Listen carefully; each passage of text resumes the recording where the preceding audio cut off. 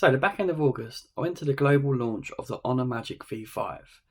It's an amazing device and I've now had it for just under a month and I'm ready to give you my thoughts. And I'm also going to tell you why you should perhaps consider this over the Samsung Fold 7. Let's go, it's screen on time. First off, I'll start off by talking about the hardware. It's beautifully thin and really light. My experience has been amazing with this device. It feels really robust though, like the inner screen for me, other foldables I've had, they feel quite soft, and when your nails grow a little bit long on your fingers, you feel like you could easily mark it, whereas the inner screen on this device feels amazing and I've got no fears with it, which is really good for a foldable device. This shot here showcases how thin and light it is.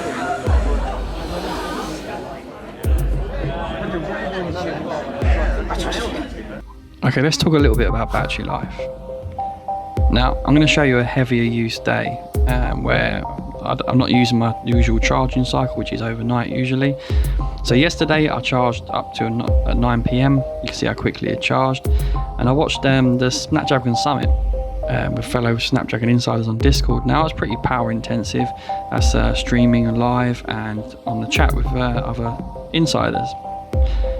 And I've done a lot of YouTube. Oh, hello Dan.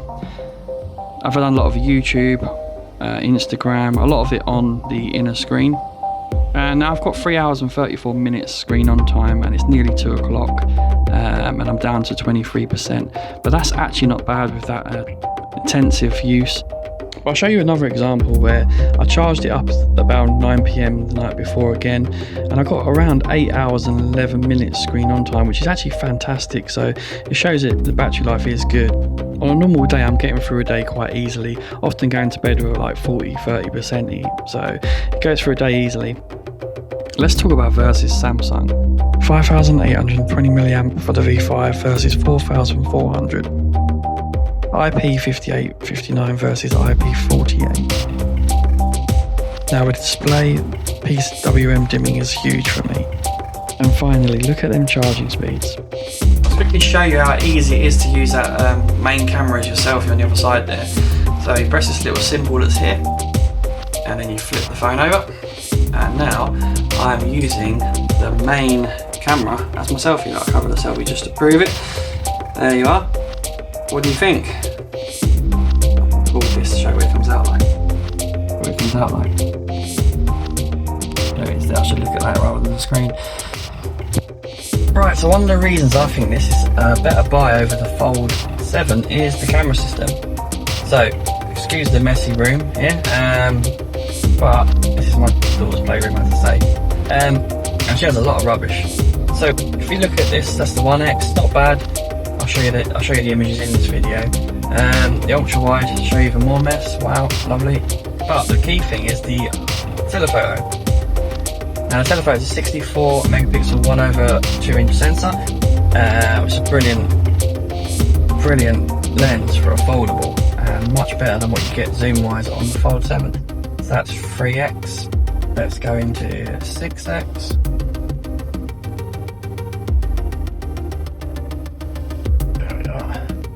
Handy because I want to make sure you can see it on the camera as well. You can zoom in further though. Let's go to 10X. There's one feature on here called AI Super Zoom, which I'll also show you. I think that kicks in after 20X.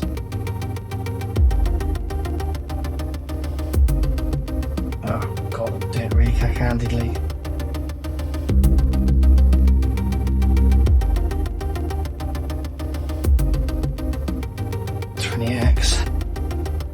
You can go up to 100X, which is just ridiculous. I wouldn't use it, but I'm going to show you it just to showcase super zoom.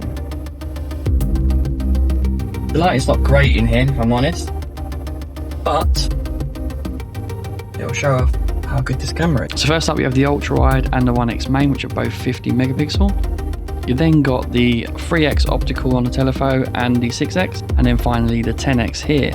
Very clean even at 10X. Now I'll showcase super zoom. The super zoom version is on the right. This is the 20X, and then we go into the 100X, which I wouldn't really use, but you can do it if you want. Portrait mode is really cool. You can change the amount of blur, and there's some really nice filters, some hardcore filters which are really cool, and also some film simulations. It's just a shame you don't get that with the rest of the camera actually. This next clip's in here just purely because my buddy TK Bay's there. I highly recommend you check out his channel. But let's talk about software and multitasking. So here's like Instagram, looks lovely on the screen as you can see. Hey Jojo. So as you can see, it's a great experience. But with this big canvas, it's great to do multitasking. So I'll quickly show you multi-screen. So you tap on the logo at the bottom left and you can do 3 all at once. Then you just select the icons you want. So I've selected Insta, X, and then I go to see Google Photos just to be a bit random. And hey presto, all 3 are on the screen. And you can open up each one larger and smaller with these sliders, and it's a fantastic experience. So I can catch up on X like my buddy Manos, orange scooter on X, and there's Greg, what a legend, it's like that. And let's move back over to Instagram, just slide it over just like that. There you are, I can see Instagram. And there's an excellent Snapdragon Summit Reel by Snapdragon Official. Now you can slide back over to Photos there, the third app, and there you are, I've got full access to Google Photos. Now another excellent way to multitask is floating windows, and I'll show you how that looks now. So the way I show you in this video is going to my recently opened apps and clicking on the window icon. But you can also, if you see the top line, you can also select that and drag it towards the middle, and that will create a floating window.